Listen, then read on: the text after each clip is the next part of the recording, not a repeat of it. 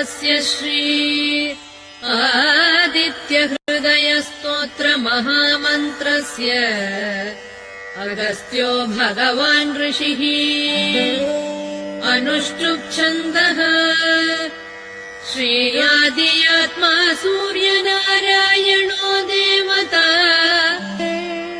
निरस्ताशेषविघ्नतया ब्रह्मविद्यादिसिद्ध्यर्थे सर्वत्र जयसिद्ध्यर्थे जपे विनियोगः ध्यानम् जयतु जयतु सूर्यम्